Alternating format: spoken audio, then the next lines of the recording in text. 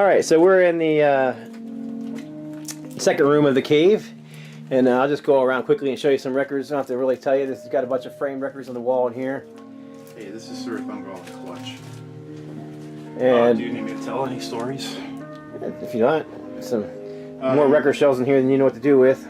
Yeah, I've got some room to grow, which is kind of cool, because I'm always adding skulls and stuff. Hey, this is cool. It doesn't fit me anymore. Cane. This is my first metal battle jacket cut.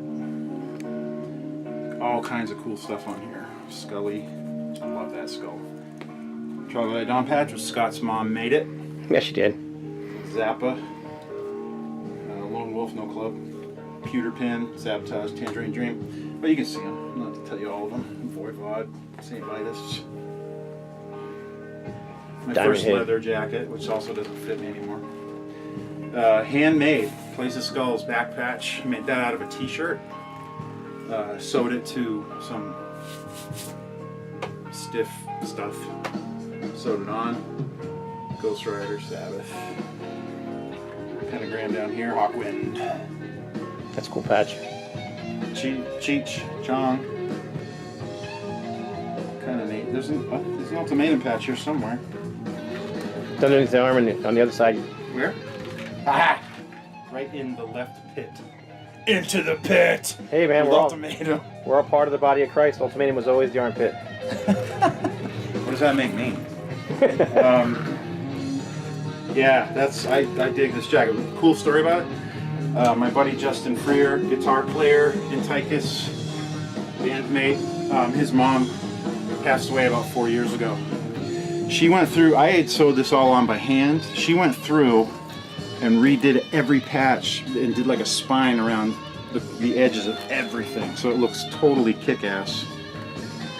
No loose ends, no loose threads, nothing. Thanks, Mom. Right on. Then we got the some more records on the shelves up here. Yep. On the wall, rather, and on the shelves. Yeah, most of this stuff's doubles. A few things are signed. That Wishbone Ash up there is signed by Andy Powell, one of the guitar players, vocalists.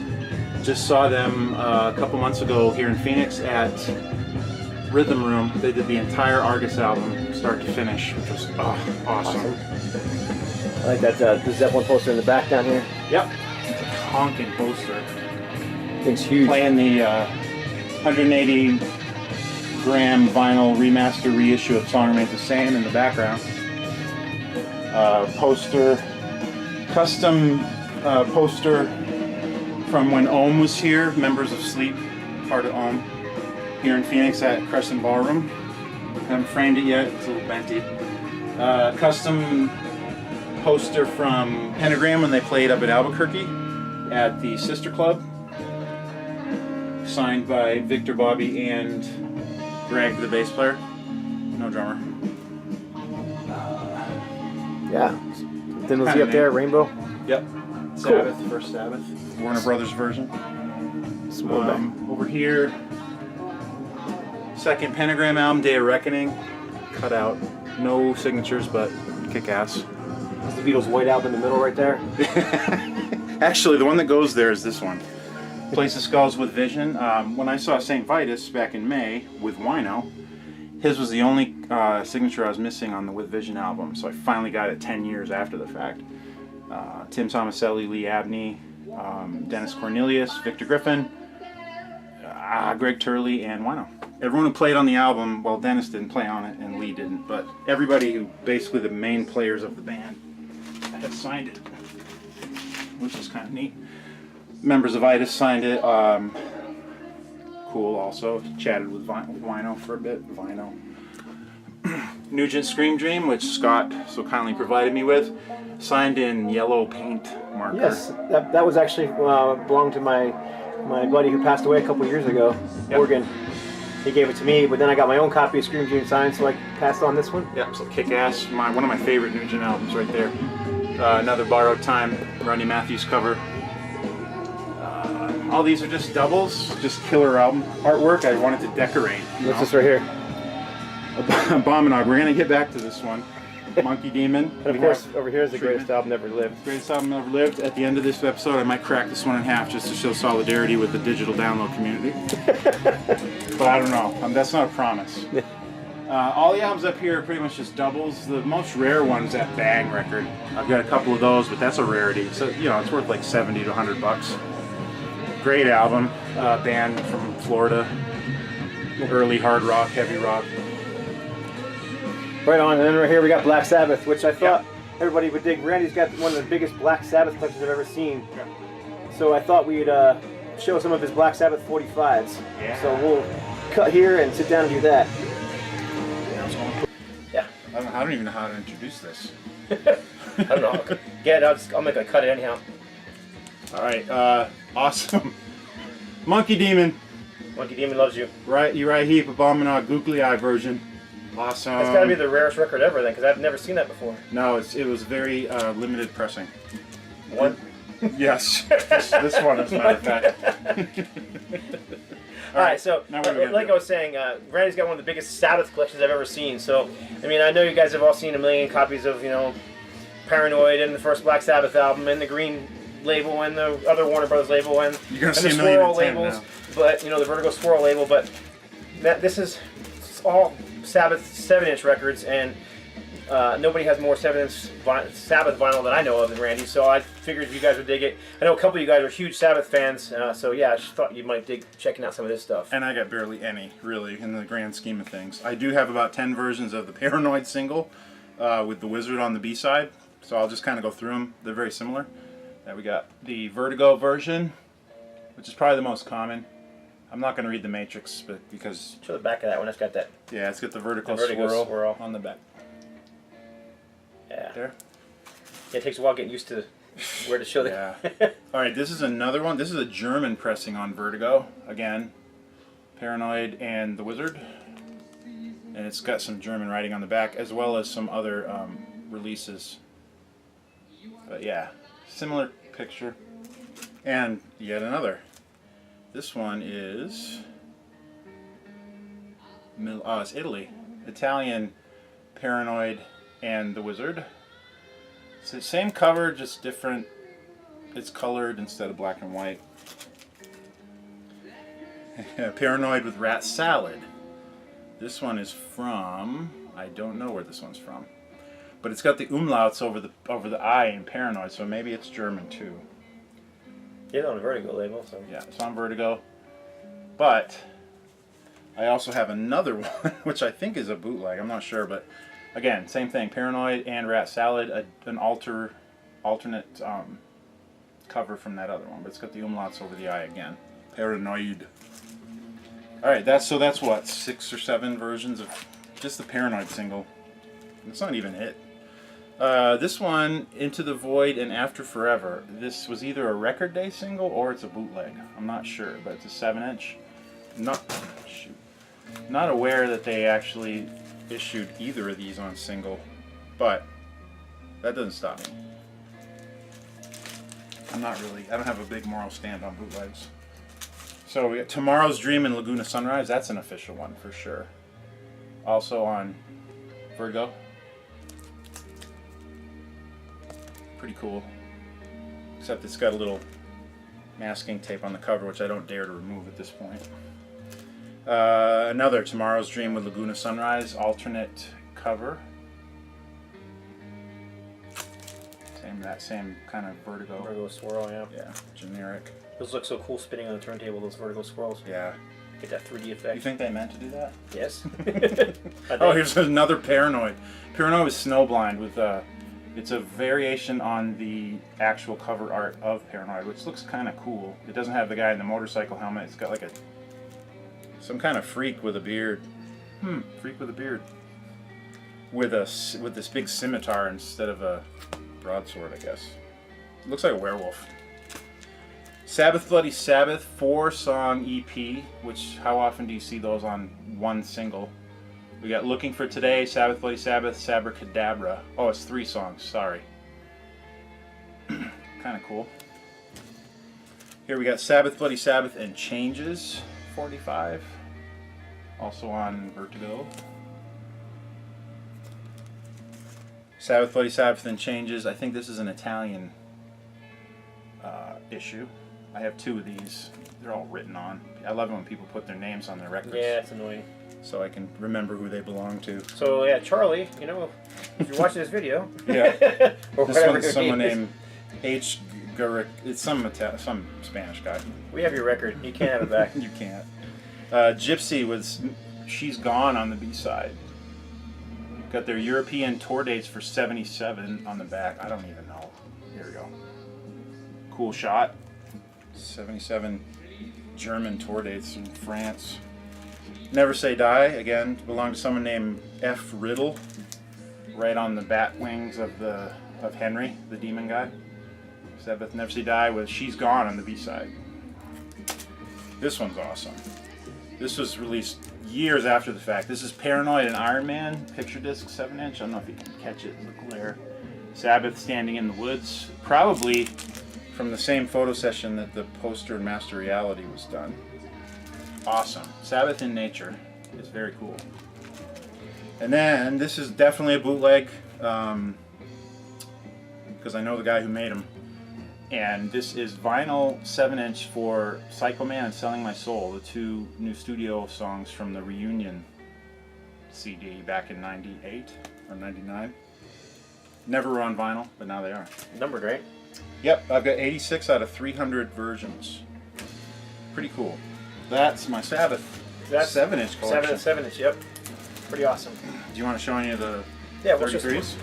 Alright, so what I thought we'd do, since we're at Randy's house and he's got a bunch of stuff that I don't have, is we do a couple of artist profiles, just show, you know, just a bunch of albums from the same artist. And I'm a huge Voivod fan and a huge Cirith Ungol fan, and Randy's got a bunch that I don't have, so I thought, hey, we'll just do those 2 artists for now. So we're going to probably go in reverse chronological order because that's the way they're sitting on his lap, but we'll go with Cirith Ungol first. So. Is it even on? Yeah. Oh, it is, because I thought the icons would disappear. Never mind, I'm just being nasty. Alright. Cirith Ungol, Servants of Chaos, classic Burning, Praying Skeletons. Triple album of demos, alternate versions, unreleased stuff, just massive, really. It's like a gatefold too, isn't it, or something like that? Yeah, there's I got this so long after the fact, I'm surprised I got it at all. Yeah, I can't find it. I bought it from some import. Oh, okay, yeah, it is a gatefold, but the second pocket is massive, so there's 2 records in that one.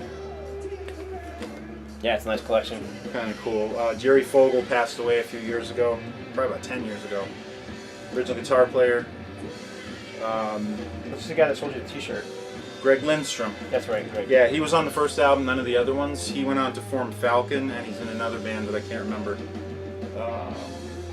Yeah, cool band. One of the best metal bands of the 80s, and I didn't get into them until the 2000s. And when I found them, damn, I was blown away.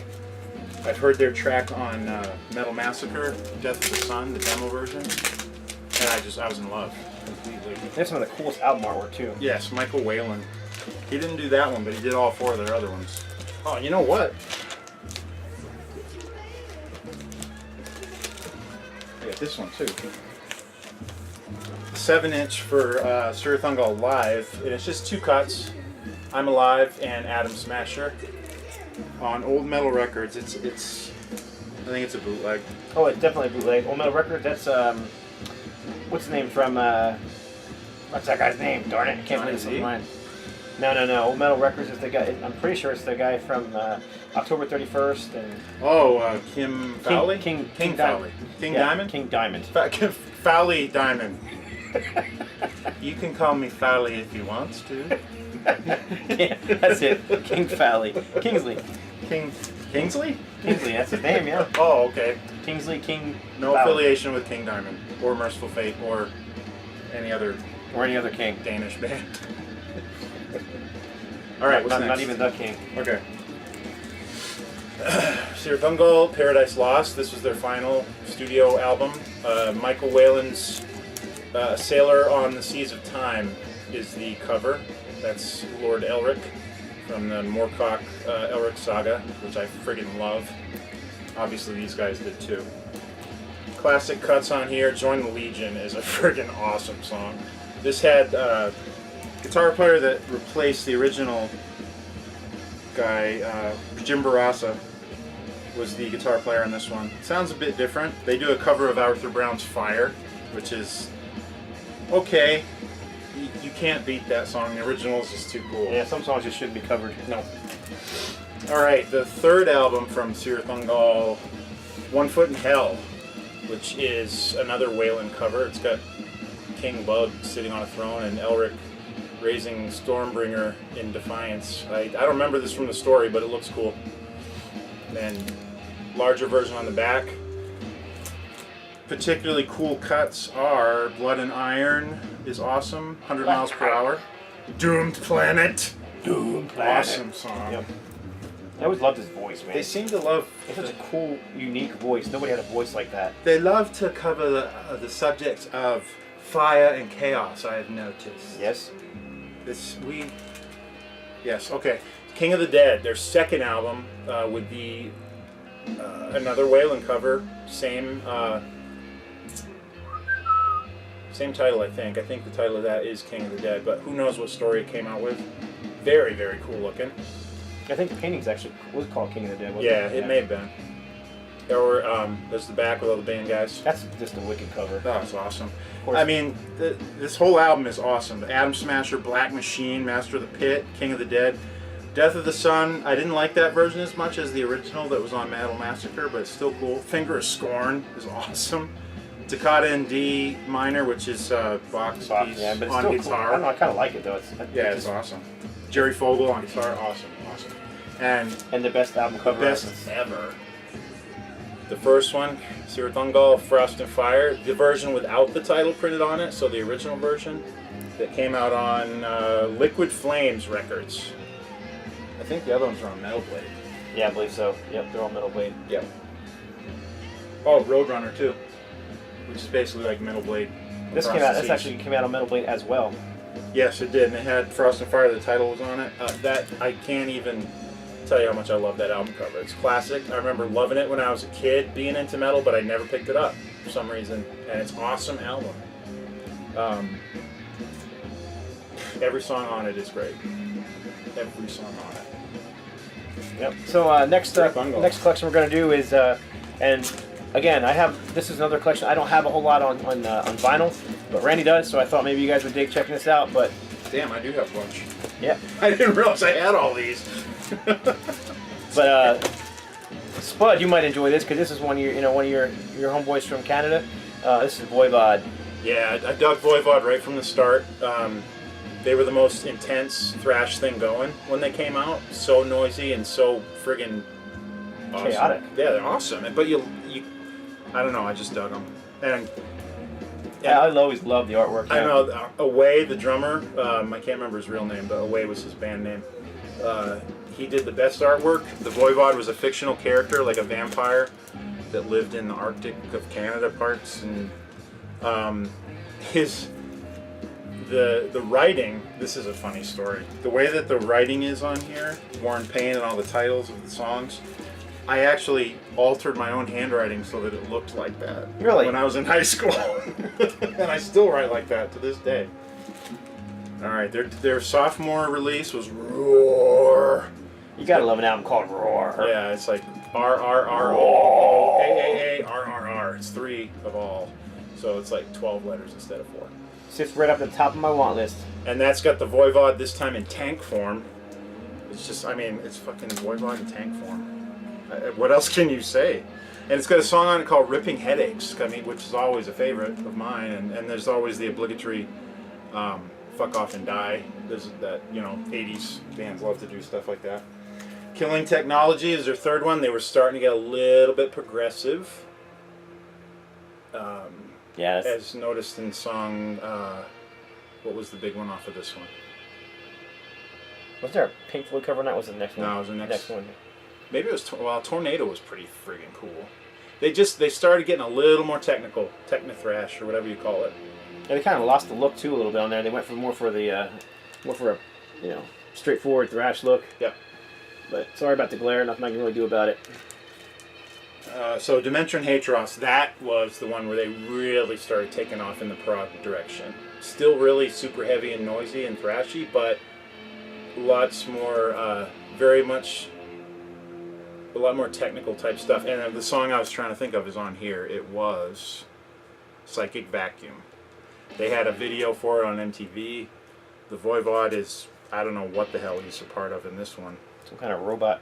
Yeah, and he's got like a shitter on the side. There's like all this mechanical shit coming out of his side. I don't know if it's a robotic colostomy bag or something. All right, now, Nothing Face came out in '89. This album single-handedly saved my ass from just completely losing interest in music, because all that was on MTV was the nonsense hair metal crap. It was just so awful. This came out, they did Astronomy Domine, the Pink Floyd cover, and it was so killer. I picked up the album, and the whole thing is just awesome from start to finish. This is one of the best albums of the late 80s, bar none.